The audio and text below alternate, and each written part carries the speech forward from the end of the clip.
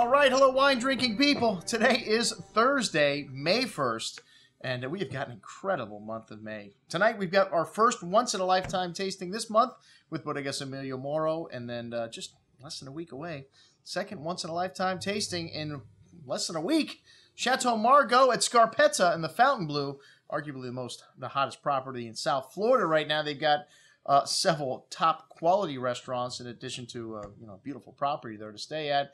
And we are going to be doing this dinner with Scarpetta and the U.S. brand development manager for this prestigious chateau, Kenneth Killion. And anytime you can put, half a dozen wines from Chateau Margaux on the table and dinner for under the price of one bottle of Chateau Margaux, I mean, this is a no-brainer. I'll never forget the event we did with the Great Wine Seminar with Paul Pontellier, the winemaker for Chateau Margaux, and we had vintages going all the way back to, 82.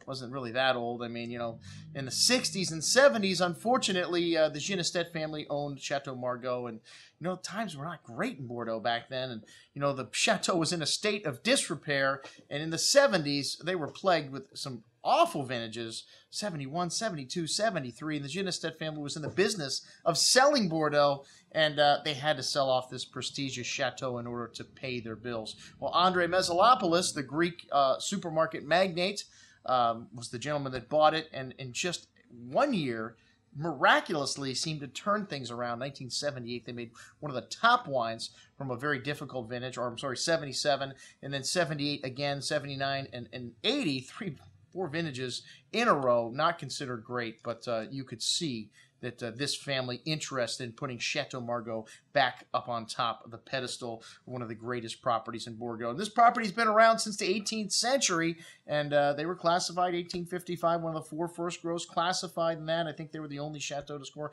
20 out of 20, a perfect score for their wines.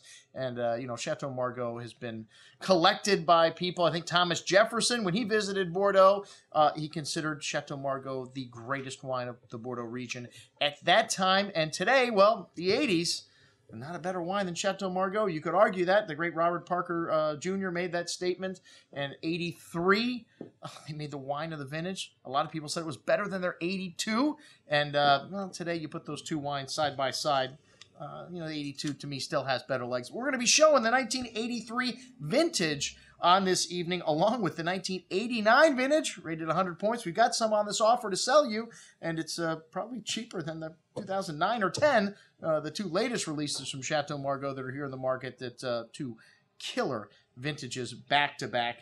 And we're also going to be showing a young vintage. But the 2004, for being a wine, is 10 years old, starting to show nicely. I've always liked 2004. Then we get some Pavillon Rouge, the second wine, and the Pavillon Blanc de Chateau Margaux, one of the greatest white wines made in the world. Definitely one of the best in Bordeaux. It should be a fabulous evening. And just for your benefit, I've included all the Chateau Margaux that we have here in the store and at our distributors to offer you. Wow, 2010. $1,800 a bottle. Hoo-ah. All right, well, check it out. Everything we're going to be drinking at Scarpetta on May 7th. I'm your host, Andrew Lamposoni, signing off for the Wine Watch, saying, remember, always drink the good stuff first.